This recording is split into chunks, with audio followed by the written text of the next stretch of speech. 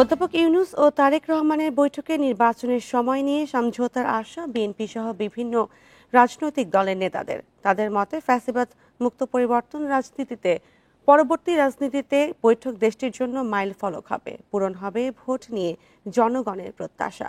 নতুন দল এনসিপির আশা রাষ্ট্র ব্যবস্থা সংস্কার সহ জুলাই চেতনা বাস্তবায়নের বিষয়টি প্রাধান্য পাবে তাদের বৈঠকে।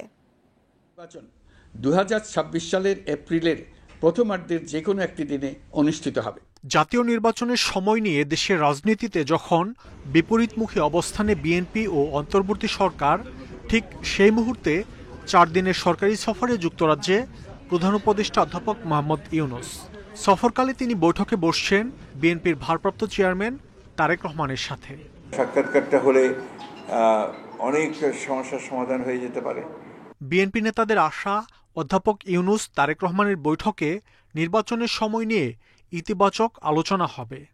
যে সমস্ত বিষয়গুলো এখন সবচেয়ে বেশি আলোচনার দাবি রাখে তার মধ্যে জাতীয় নির্বাচনের সময়সীমা এবং সরকারের নিরপেক্ষ আচরণ আর অন্যান্য গুরুত্বপূর্ণ যে সমস্ত ইস্যুসগুলো আছে, আইনের শাসন প্রতিষ্ঠা ইত্যাদি বিষয় নিয়ে আলোচনা হবে এবং হওয়া উচিত।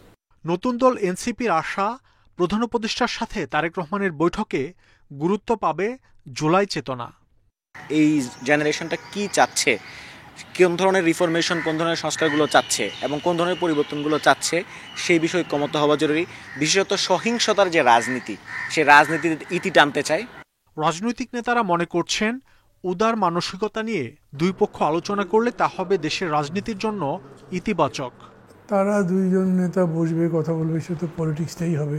আর পলিটিক্স মানে এখন নির্বাচন, এবং নির্বাচনে বিএনপি কী চায় সেটা ক্লিয়ার, গভর্নমেন্ট যা বলছে সেটাও জানা আছে। এইখানে একটা মিড পয়েন্ট আসতে পারে। বিএনপিকে স্যাক্রিফাইস করতে হবে বেশি, এবং সরকারের প্রতি সমঝোতামূলক সমর্থনমূলক পদক্ষেপটা বিএনপিকে বেশি রাখতে হবে। সেক্ষেত্রে সরকার যদি কিছু সময় এদিক সেদিক করে এটাকে অ্যাডজাস্ট করতে পারে, তাহলে আমার মনে হয় আলোচনাটা ফলপ্রসূ হবে। লন্ডন সময় শুক্রবার সকাল 9টা থেকে 11টার মধ্যে সেন্ট্রাল লন্ডনের দ্য ডরচেস্টার হোটেলে অধ্যাপক ইউনূস তারেক রহমান বৈঠক। মাহমুদ শরীফ, ইন্ডিপেন্ডেন্ট নিউজ, ঢাকা। এপ্রিলে নির্বাচনে মিশ্র প্রতিক্রিয়া সাধারণ মানুষের। তারা বলছেন রাষ্ট্র ব্যবস্থায় সংস্কারের পাশাপাশি নির্বাচনেরও প্রস্তুতি নিতে হবে, তবে সবার আগে নিশ্চিত করতে হবে দেশের স্থিতিশীলতা। বিশেষজ্ঞরা বলছেন রাজনৈতিক দলের সঙ্গে আলোচনা করেই ঠিক করতে হবে নির্বাচনের রোডম্যাপ। ছাত্র জনতার গণ অভ্যুত্থানের মুখে গত 5 আগস্ট পতন হয় শেখ হাসিনা সরকারের। এরপর 8 আগস্ট ডক্টর মোহাম্মদ ইউনূসের নেতৃত্বে গঠিত হয় অন্তর্বর্তী সরকার। শুরু থেকেই বিএনপি সহ বেশিরভাগ দল চলতি বছরের ডিসেম্বরের মধ্যে নির্বাচনের দাবি জানিয়ে আসছে। তবে গণহত্যার বিচার ও সংস্কারের পরে নির্বাচন চায় নতুন দল এনসিপি। আর অন্তর্বর্তী সরকারের ঘোষণা আগামী বছরের এপ্রিলের প্রথমার্ধে নির্বাচন। আগামী জাতীয় নির্বাচন 2026 সালের এপ্রিলের প্রথমার্ধের যে কোনো একটি দিনে অনুষ্ঠিত হবে। এ অবস্থায় সাধারণ মানুষের অনেকেই চান না আর কখনোই স্বৈরাচারী শাসন ফিরে আসুক। সেজন্য নির্বাচনের আগে রাষ্ট্র ব্যবস্থায় সংস্কার চান তারা। যে সংস্কার বা যে জিনিসগুলো অনেক প্রয়োজন, এগুলো যদি এপ্রিলের মধ্যে কমপ্লিট হয়, এপ্রিল ইলেকশন হতে পারে। আমরা গরিব মানুষ, কাজ করে খাই, ভোট দেবো, যে পারবো তারাই দেবো। আন্দোলন, হরতাল মরতাল, গরিব মানুষ, দিন মজুরেরা এদের অসুবিধা হয়ে যায় আর কি। ডিসেম্বর হওয়াটাই বেশি ভালো। সাধারণের চাওয়া নির্বাচন ব্যবস্থা এমন হতে হবে যাতে আর কেউ ভোটাধিকার হরণ করতে না পারে। এজন্য ফ্যাসিবাদ বিরোধী সবাইকে ঐক্যবদ্ধ থাকার আহ্বান তাদের। এর আগে তো ভোট দিতে পারি না, ঠিক আছে, আর নতুন সরকার আসলে আমরা যেন সুখ সুবিধায় ভোট দিতে পারি। দেশ যেভাবে চলতেছে আমরা সেভাবেই চাই। আমরা চাই ডক্টর ইউনূস আরো 5 বছর থাকে। লঙ্কায় যেই যায় সেই হয় রাবণ, তো আমরা চাই না যে ক্ষমতায় যেই যাক সে রাবণ হয়ে আসুক। রাজনৈতিক দলগুলোর মতামতকে গুরুত্ব দিয়ে নির্বাচনের রোডম্যাপ ঠিক করা উচিত বলে মনে করেন রাজনৈতিক বিশ্লেষকরা। এত ধীর গতিতে কিছু দেখছি না আমরা, কিন্তু কথা হলো কি যে ওনাকে তো সেরকম কোনো সহযোগিতা কেউ করছে না, পলিটিক্যাল পার্টিগুলো করছে না, আর্মি করছে না, সিভিল সোসাইটির মধ্যে কিছু কিছু লোক ইউটিউবে এসে যা তা বকাবকি করছে। রাজনৈতিক দলগুলোর সহযোগিতা ছাড়া রাষ্ট্র পরিচালনার পাশাপাশি গ্রহণযোগ্য নির্বাচন সম্ভব নয় বলে মনে করেন বিশ্লেষকরা। ছাত্র জনতার আন্দোলনে ফ্যাসিবাদ পতনের পর সামনে যে নির্বাচন আসতে চলেছে সেই নির্বাচন হবে জনগণের আশা আকাঙ্ক্ষা পূরণের নির্বাচন, এমনটাই প্রত্যাশা দেশবাসীর। Tanvir Ahmed, independent news, Dhaka. প্রধান উপদেষ্টা অধ্যাপক মোহাম্মদ ইউনূসের সঙ্গে সাক্ষাৎ করেছেন যুক্তরাজ্যের জাতীয় নিরাপত্তা উপদেষ্টা জোনাথন পাওয়েল।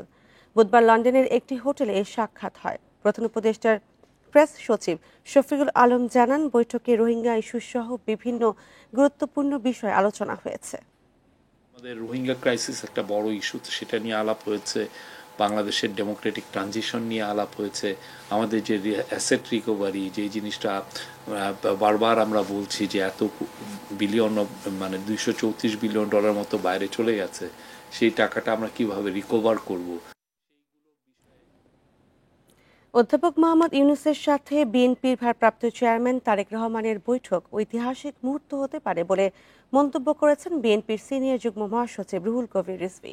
এর মাধ্যমে রাজনৈতিক অঙ্গনে সুবাতাসের প্রত্যাশা করছে বিএনপি।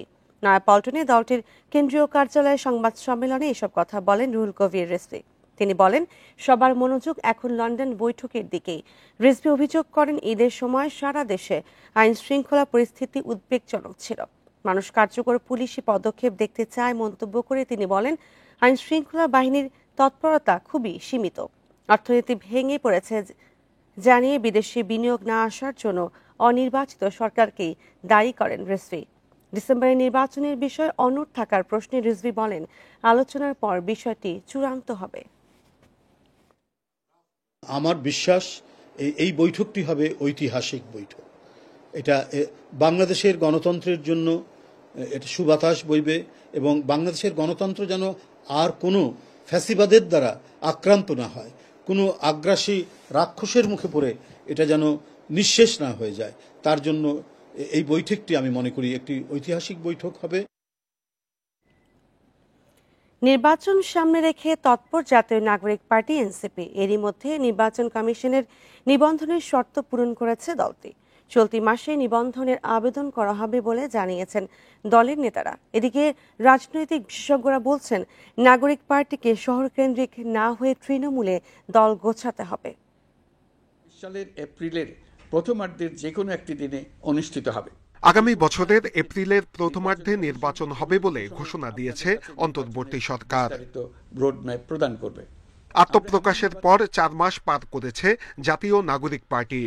দলটির নেতারা বলছেন, এখন লক্ষ্য নির্বাচন কমিশনের নিবন্ধন পাওয়া। এরই মধ্যে 10টি জেলা এবং 100-এর উপরে উপজেলা পর্যায়ে কমিটি দেয়া হয়েছে। বাকি কমিটিও দ্রুত সময়ের মধ্যে দেয়া হবে। নির্বাচন কমিশনের নিবন্ধনের জন্য আবেদন করা হবে চলতি মাসেই।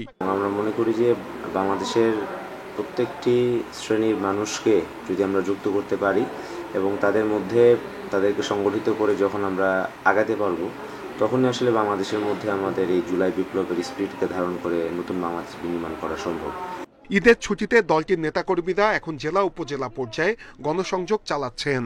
আমরা যেহেতু এলাকাগুলোতে ভ্রমণ করছি, আমরা সেখানে দেখতে পাচ্ছি বিপুল পরিমাণ মানুষ আছে যারা জনপ্রতিনিধি হতে ইচ্ছুক। আমরা তাদের সাথে কানেক্টেড হওয়ার চেষ্টা করছি। এছাড়াও যারা অভ্যুত্থানে বিভিন্ন পয়েন্টগুলোতে, যে সকল জায়গায় অভ্যুত্থান সংঘটিত হয়েছে, সে সকল পয়েন্টগুলোতে নানা ব্যক্তিবর্গ কিন্তু রাজনৈতিকভাবে হাজির হচ্ছে এবং তারা রেভলিউশনারি ফোর্স আকারে দাঁড়িয়েছে।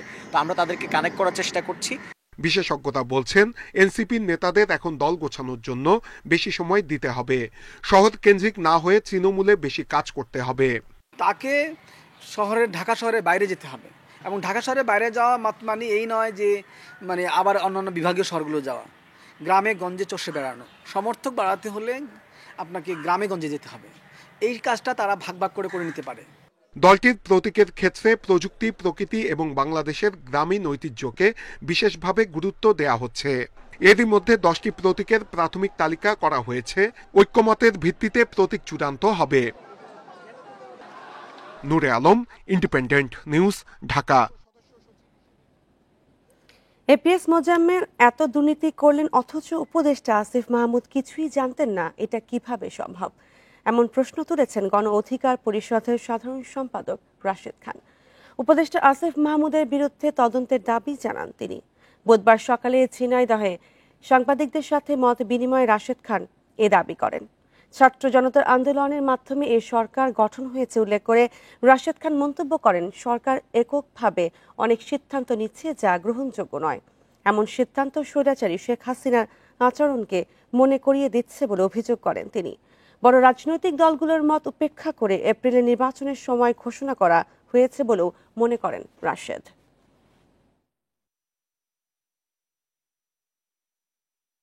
আমি সরকারের কাছে দাবি রাখতে চাই, যেমনি ভাবে তদন্ত হচ্ছে এপিএস মহাজনকে নিয়ে, ঠিক একইভাবে আসিফ মাহমুদের মন্ত্রণালয়ে সব থেকে বেশি দুর্নীতি গণমাধ্যমে প্রকাশিত হয়েছে, তার বিরুদ্ধে তদন্ত হতে হবে।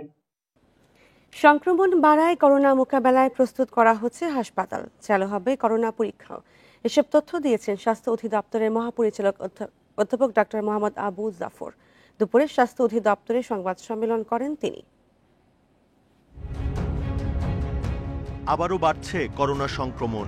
এপ্রিলে শনাক্ত হয় 23 জনের, মে মাসে 86 আর জুনের 10 দিনেই আক্রান্ত 68 জন।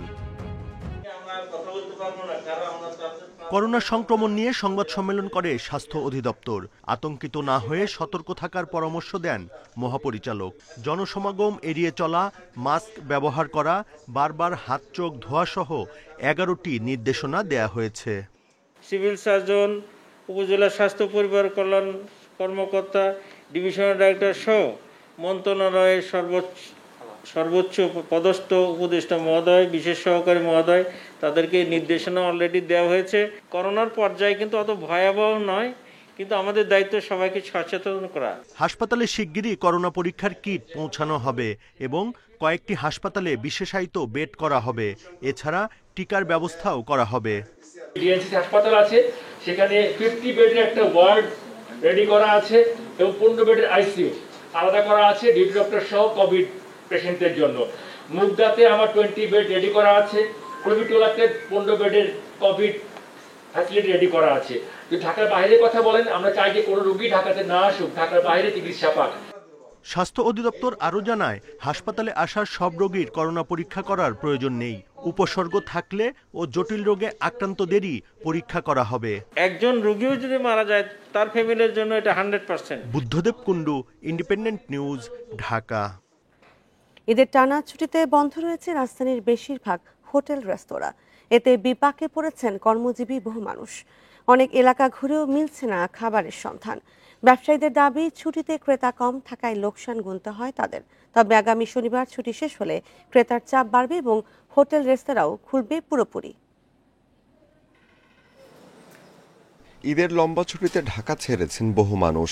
এ কারণে বন্ধ রয়েছে রাজধানীর মতিঝিল, উত্তরা, বিমানবন্দর সহ বিভিন্ন এলাকার বেশিরভাগ হোটেল রেস্তোরাঁ। ঈদ উদযাপনে পরিবারের সদস্যরা ঢাকার বাইরে থাকলেও জীবিকার তাগিদে রয়ে গেছেন অনেকেই। রেস্তোরাঁ বন্ধ থাকায় ভোগান্তিতে ও বিপাকে পড়েছেন তারা। বিশেষ করে মাইক্রোবাস, অ্যাম্বুলেন্স সহ বিভিন্ন পরিবহনের চালক, ব্যাচেলর এবং মেসের বাসিন্দারা।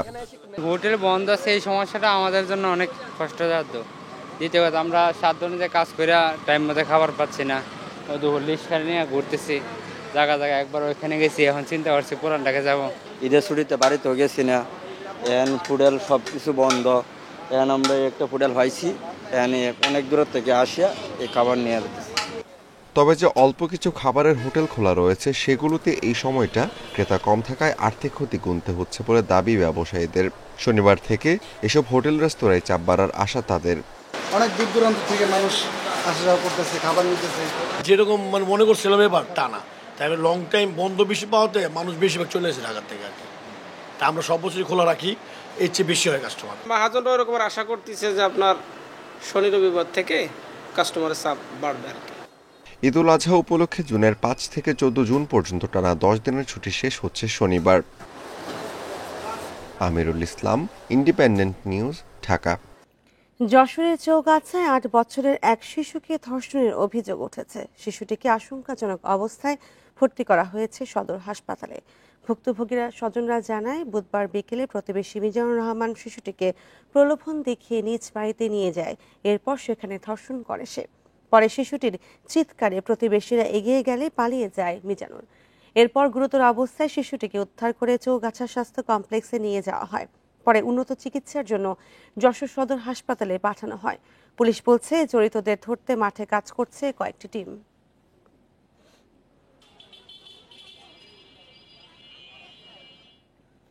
লক্ষ্মীপুরের রায়পুরে মাদক মামলায় জামিনে বেরিয়ে বাবাকে হত্যা করে ছেলে পালিয়ে গেছে বলে অভিযোগ উঠেছে। বুধবার মধ্যরাতে উপজেলার উত্তর চরবংশী এলাকার দেওয়ানবাড়ি থেকে নিহতের মরদেহ উদ্ধার করে পুলিশ ও স্থানীয়রা জানিয়েছে নিহত হযরত আলী দেওয়ানের ছোট ছেলে মামুন মাদকাসক্ত এবং মাদক ব্যবসার সাথে জড়িত। মাদক মামলায় দীর্ঘদিন কারাভোগের পর ঈদের 3 দিন আগে জামিনে বের হয় মামুন। এরপর সে আবারও মাদক সেবন ও বেচা কেনা শুরু করে। এ নিয়ে বাবা শাসন করায় বুধবার রাতে হযরত আলী দেওয়ানকে ধারালো অস্ত্র দিয়ে আঘাত করে পালিয়ে যায় মামুন। পরে পুলিশ গিয়ে মরদেহ উদ্ধার করে মর্গে পাঠায়।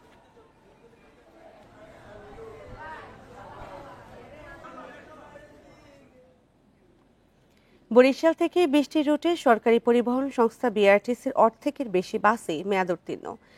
যেগুলো চলছে সেগুলোর অবস্থাও করুন। কোনো বাসের ছাদে ট্রিপল দিয়ে চলছে বৃষ্টি ঠেকানোর চেষ্টা। ভোগান্তি কমাতে নতুন বাস নামানোর দাবি যাত্রীদের। তবে এরপরও যাত্রী সেবা নিয়ে সংকট দেখছে না কর্তৃপক্ষ। প্রায় 34 বছর আগে দুটি বাস দিয়ে বরিশালে বাংলাদেশ সড়ক পরিবহন কর্পোরেশন বিআরটিসির যাত্রী সেবা শুরু হয়। এখন 20টি রুটে চলছে 52টি বাস, কিন্তু 27টি বাসেরই মেয়াদ শেষ হয়ে গেছে অনেক আগে। বাকিগুলো কোনো রকম দায়সারা মেরামত করে চালানো হচ্ছে রাস্তায়। যখন বৃষ্টি আসে তো বাহির কোনটার ভিতর কোনটা এটাই আমরা বুঝতে পারি না, কারণ আমরা বাহিরেও যেভাবে ভিজি গাড়ির ভিতরে থাকলেও সেম অবস্থায়। অবশ্যই এখানে আমরা টাকা দিয়ে এই অবস্থা ফেস করতে আসি না। না হয় ভালোভাবে সেবা দিন, আর না হলে এটা বন্ধ করে দিন। যাত্রীকে বকাঝকা শুনেও যাত্রীকে সেবা দিতে যাইও আমাদের অনেক প্রবলেম হয়। ভিজে বৃষ্টির ভিতরে গাড়ি চালানো লাগে। 2005 সালে নামানো 30টি বাসের মেয়াদও শেষ হয়েছে 8 বছর আগে। 2013 সালে আনা 10টি বাসেরও একই দশা। এখন বিআরটিসির চলাচলের উপযোগী বাস রয়েছে মাত্র 25টি। এরপরেও যাত্রী সেবা নিয়ে কোনো সংকট দেখছে না কর্তৃপক্ষ। চেষ্টা করি সেবার মানটা সর্বোচ্চ পর্যায়ে রাখার জন্য। এটার জন্য আমাদের যারা কর্মচারী আছে, অফিসার আছে, আমরা সবাই আপ্রাণ চেষ্টা করি এবং আমাদের সাধ্যের কোনো ত্রুটি রাখি না। যাত্রীরা কিন্তু আমাদেরকে ছেড়ে যায়নি, যাত্রীরা আমাদের সাথে আছে এবং আশা করি সামনেও থাকবে। গত 1 বছরে বরিশাল থেকে অভ্যন্তরীণ ও দূরপাল্লা রুটে বিআরটিসি বাসে যাতায়াত করছেন অন্তত 16 লাখ যাত্রী। Independent news. সিলেটের জাফলং পর্যটন কেন্দ্রে গোসলে নেমে মোহাম্মদ মাহিম নামের এক কিশোরের মৃত্যু হয়েছে। বুধবার দুপুরে 0 পয়েন্ট এলাকা থেকে তার মরদেহ উদ্ধার করে পুলিশ। মাহিম চট্টগ্রামের বায়েজিদ থানার শহীদপাড়া এলাকার বাসিন্দা। পুলিশ জানায় ঈদের ছুটিতে মাহিম তার দাদি ও ভাই জাফলংয়ে বেড়াতে যায়। দুপুরে জাফলং 0 পয়েন্টে গোসল করতে নামলে স্রোতে ভেসে যায় মাহিম। পরে স্থানীয় ও ডুবুরিরা ঘণ্টাব্যাপী অভিযান চালিয়ে তার মরদেহ উদ্ধার করে।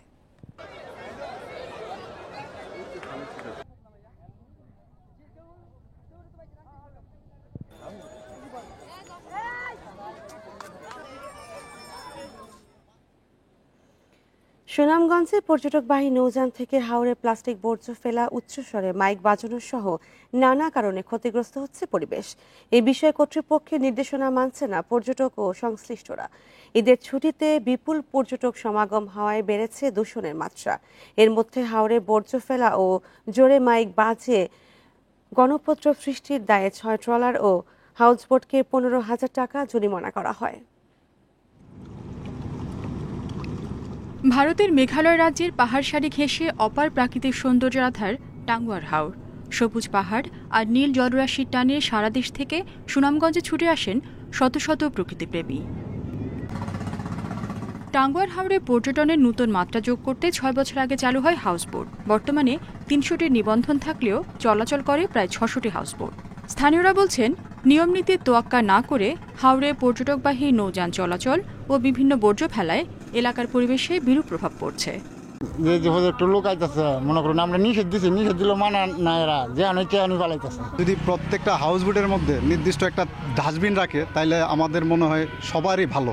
পর্যটনের নামে যে অবস্থাপনাটা চলছে এবং হচ্ছে কি এখানে পরিবেশ দূষণ হচ্ছে, প্রকৃতি নষ্ট হচ্ছে, এটা দেখাটা খুবই জরুরি। পাশাপাশি এখানে হাউসবোটগুলো আছে, এই হাউসবোটগুলো আসলে নীতিমালা মানছেন না। হাওড়ের জীববৈচিত্র্য রক্ষায় স্থানীয় প্রশাসনের পক্ষ থেকে পর্যটকদের বেশ কিছু নির্দেশনা দেওয়া হয়েছে। নিয়ম মানা না হলে করা হচ্ছে জরিমানা। হাউস বোর্ডের যে মালিক আছে তাদের কাছে আমরা অনুরোধ জানিয়েছি, আপনারা ছোট্ট একটা 1.5 মিনিট 2 মিনিট একটা টিভিসি করেন। আমার হাওরে যদি পর্যটক আসতে হয়, তারা যদি মানে এইখানে ঘুরতে চায়, তাহলে তাদেরও একটা গাইডলাইন থাকা উচিত, এই 1.5 মিনিট 2 মিনিটে বলা যে আপনি এই করতে পারবেন, এই করতে পারবেন না। দেশের দ্বিতীয় বৃহত্তম রামসার সাইট হিসেবে চিহ্নিত টাঙ্গুয়ার হাওরের জীববৈচিত্র্য রক্ষায় প্রশাসনের আরও কঠোর নজরদারি চান স্থানীয়রা। Independent news. বৃষ্টির প্রবণতা বাড়তে থাকায় কমছে তাপমাত্রা। আজ আরও কমতে পারে বলে জানিয়েছে আবহাওয়া অফিস। বুধবার 25 জেলায় তাপপ্রবাহ বেশি ছিল। চলতি মাসের 17-18 তারিখে ভারী বৃষ্টির সম্ভাবনা আছে বলে জানিয়েছে আবহাওয়া অফিস।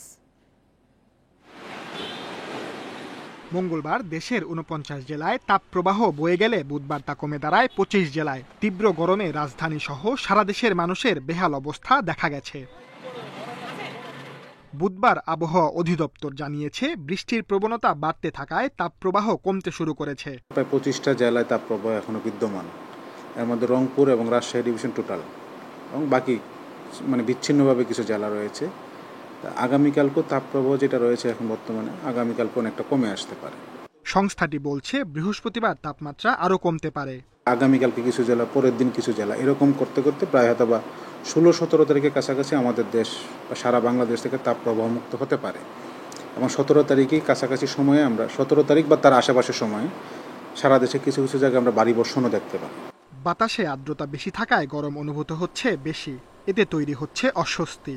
আগামী মঙ্গলবার থেকে ভারী বৃষ্টিপাত হতে পারে বলে জানিয়েছে আবহাওয়া office. Sajjad Hossain, independent news, Dhaka. জলবায়ু পরিবর্তনের প্রভাবে দেশে বৃষ্টির ধরনও পাল্টে গেছে, আর এই কারণে পিছিয়ে গেছে বর্ষাকালের সময়। আবহাওয়া অধিদপ্তর এ তথ্য দিয়ে বলেছে, গত কয়েক বছর শীতের মাস ডিসেম্বরেও অতি ভারী বৃষ্টি হয়েছে কিছু জেলায়। বর্ষায় হয়েছে তুলনামূলক কম। জলবায়ুর এই পরিবর্তনের নেতিবাচক প্রভাব পড়েছে কৃষিতে, জানালেন আবহাওয়া এবং কৃষিবিদরা। জুন থেকে সেপ্টেম্বর মাস দেশে বর্ষাকাল, আর ডিসেম্বর থেকে ফেব্রুয়ারি শীতকাল বলে বিবেচিত। আগে জুনের শুরুতেই দেশের বিভিন্ন এলাকায় বৃষ্টি হতো, এখন বৃষ্টি শুরু হয় জুনের দ্বিতীয় সপ্তাহে, কখনো কখনো আরও পরে। তবে এই বৃষ্টির সময় বেড়ে এখন ডিসেম্বর, এমনকি জানুয়ারি ফেব্রুয়ারিতে যাচ্ছে। দেশের 8 বিভাগীয় জেলার পাশাপাশি আরও 27টি পর্যবেক্ষণ কেন্দ্রে 1980 সাল থেকে 2023 সাল পর্যন্ত আবহাওয়া পর্যবেক্ষণ করে এসব তথ্য পাওয়া গেছে। সারা বাংলাদেশে 5 থেকে 10 তারিখে মনসুন সেট হয়ে যেত, অর্থাৎ বর্ষা শুরু হয়ে যেত। কিন্তু ইদানিং দেখা যাচ্ছে 2010 সালের পরে এই মনসুনটা সেট হচ্ছে ডিলে, অর্থাৎ দেরিতে, অর্থাৎ নর্মাল যে ডেট আছে তার থেকে 10-15 দিন দেরি হচ্ছে। বর্ষার মাসগুলোতে কখনো বেশি আবার কখনো কম বৃষ্টির কারণে ধান সহ কিছু ফসল উৎপাদনে বিরূপ প্রভাব পড়েছে, জানান কৃষি কর্মকর্তারা। জলবায়ুর প্রভাবে কিন্তু আমার ফলনে কিছুটা হেরফের হচ্ছে, প্রভাব পড়ছে।